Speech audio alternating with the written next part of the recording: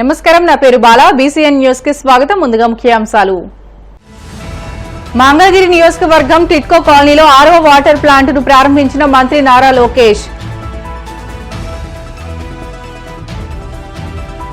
కైలాసపట్నం బాణసంచా పరిశ్రమలో పేలుడు ఘటనపై సమగ్ర విచారణ జరుపుతామని చెప్పిన హోంమంత్రి వంగలపూడి అనిత. ఆఫ్షోర్ జలాశయంలో వచ్చే ఏడాదిలోగా 1 టీఎంసీ నీటిని నిల్వ చేస్తామని హామీ ఇచ్చిన మంత్రి అచ్చెన్నాయుడు. కూటమి పార్టీ ఆ పార్టీలోని పెద్దలకు చెందిన ఆక్వాఫీడ్ కంపెనీలకు కొమ్ము కాస్తుందని విమర్శించిన వైసీపీ నేత వడ్డీ రఘురాం. మంగళగిరి నియోజకవర్గంలో మంత్రి నారా లోకేష్ పలు అభివృద్ధి కార్యక్రమాలకు శ్రీకారం చుట్టారు. ఇప్పటికే 100 పడకల ఆసుపత్రికి శంకుస్థాపన చేసిన నారా లోకేష్ తాజాగా టిట్కో కాలనీలో 6వ వాటర్ ప్లాంట్ ను ప్రారంభించారు.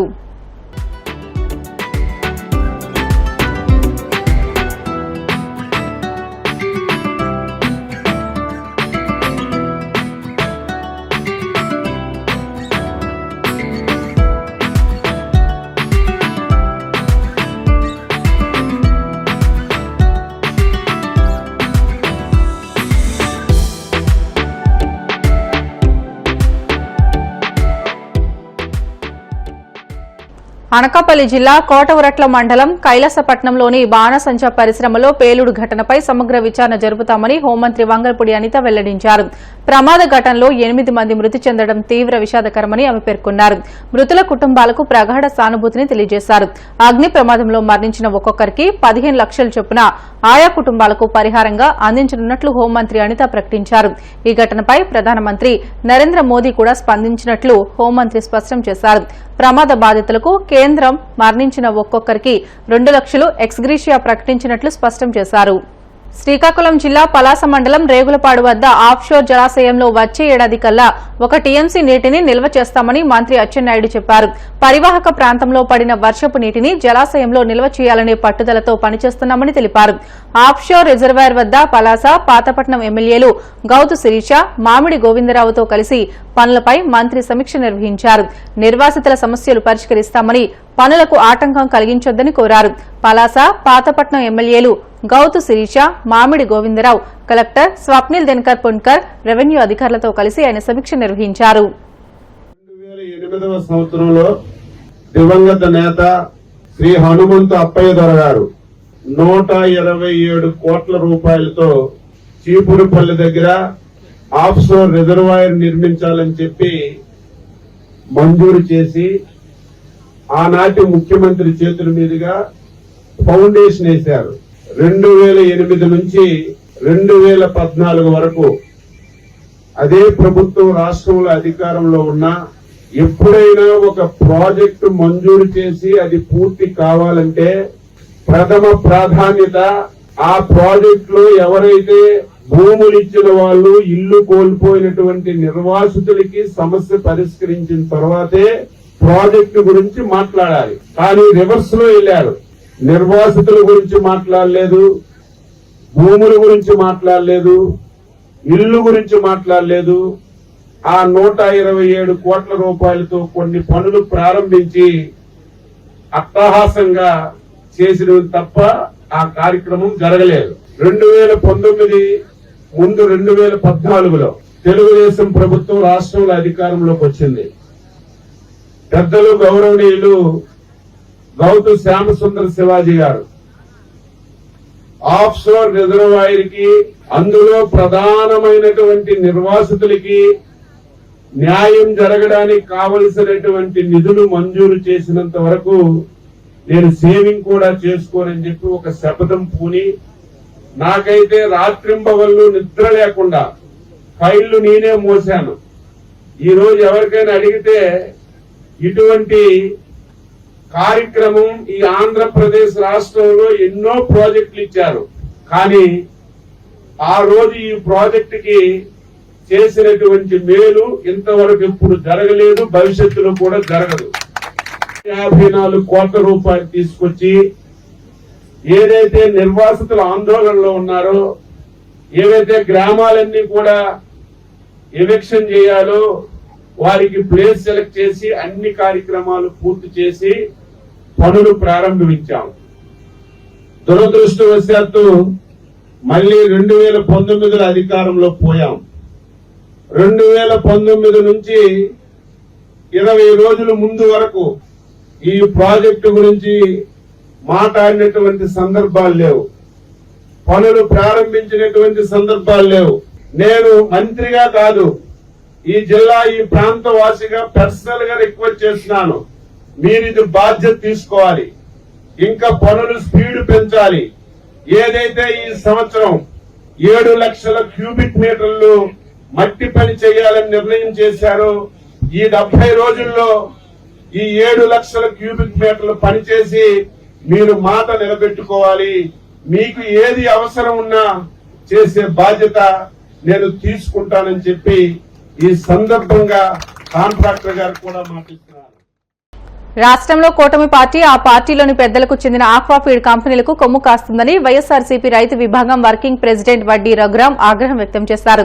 తాడేపల్లి వైఎస్సార్సీపీ కేంద్ర కార్యాలయంలో ఆయన మీడియాతో మాట్లాడుతూ ఆక్వాఫీడ్ లో అధిక శాతం వినియోగించే సోయా కేజీ 100 రూపాయల నుంచి 25 రూపాయలకు తగ్గితే కూటమి ప్రభుత్వం ఫీడ్ రేట్లో కేజీకి తగ్గించింది కేవలం 4 రూపాయలు మాత్రమేనని మండిపడ్డారు. ముడి సరుకు రేట్లు 4 వంతులు తగ్గితే ఫీడ్ రేట్లో తగ్గించింది నామమాత్రమేనని, ఆక్వా రైతుల కన్నా తమ పార్టీకి చెందిన ఫీడ్ కంపెనీల ప్రయోజనాలకే ఈ ప్రభుత్వం పెద్దపీట వేస్తుందని ధ్వజమెత్తారు. ఆక్వా రంగానికి ఇవాళ జరుగుతున్నటువంటి ఆక్వా రైతులు పడుతున్నటువంటి కష్ట నష్టాల మీద ఇవాళ వైఎస్ జగన్మోహన్ రెడ్డి గారు, వైఎస్ఆర్ కాంగ్రెస్ పార్టీ అధ్యక్షుడు మాజీ ముఖ్యమంత్రి వైఎస్ జగన్మోహన్ రెడ్డి గారు ఇవాళ ఆక్వా రైతుల తరఫున ఎక్స్ వేదికగా 2 సార్లు ట్విట్టర్ లో ఆయన ప్రభుత్వాన్ని డిమాండ్ చేయడం జరిగింది.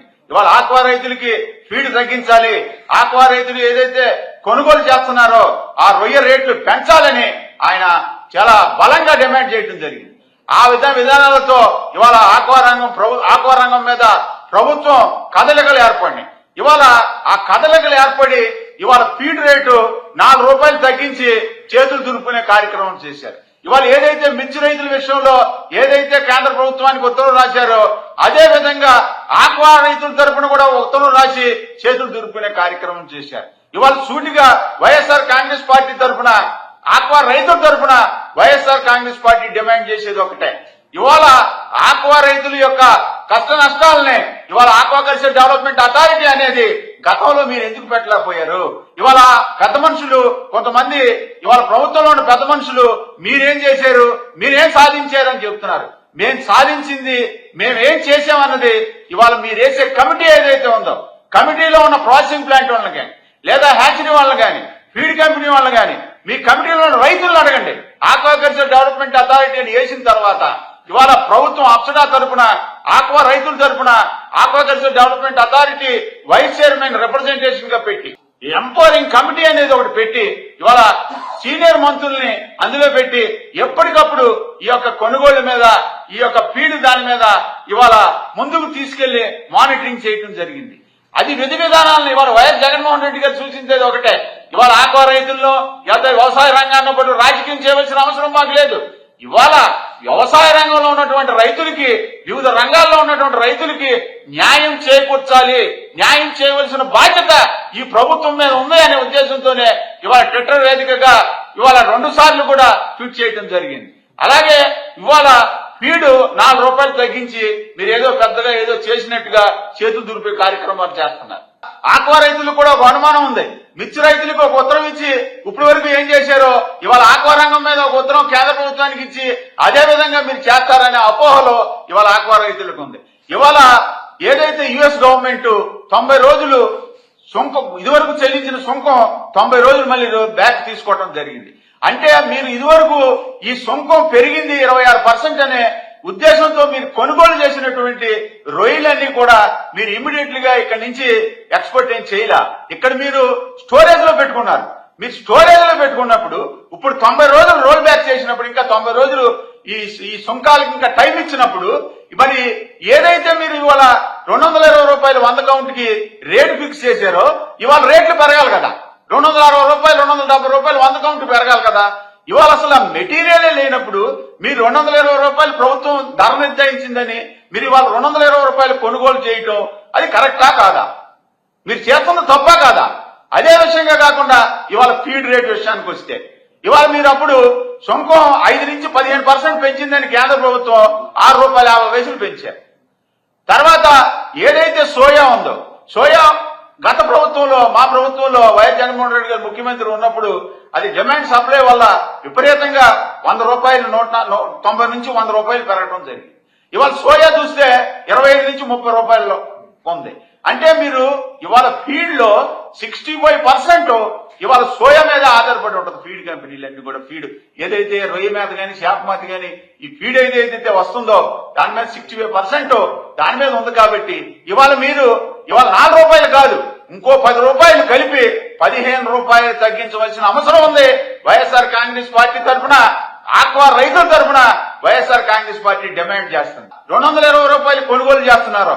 ఇవాళ 90 రోజులు మళ్ళీ యుఎస్ గవర్నమెంట్ బ్యాక్ తీసుకుంది. కాబట్టి ఇవాళ ₹260 నుంచి ₹270 మీరు కొనాలని వైఎస్ఆర్ కాంగ్రెస్ పార్టీ తరఫున డిమాండ్ చేస్తూ బులెటిన్లో షార్ట్ బ్రేక్ తీసుకుందాం. Stay with us.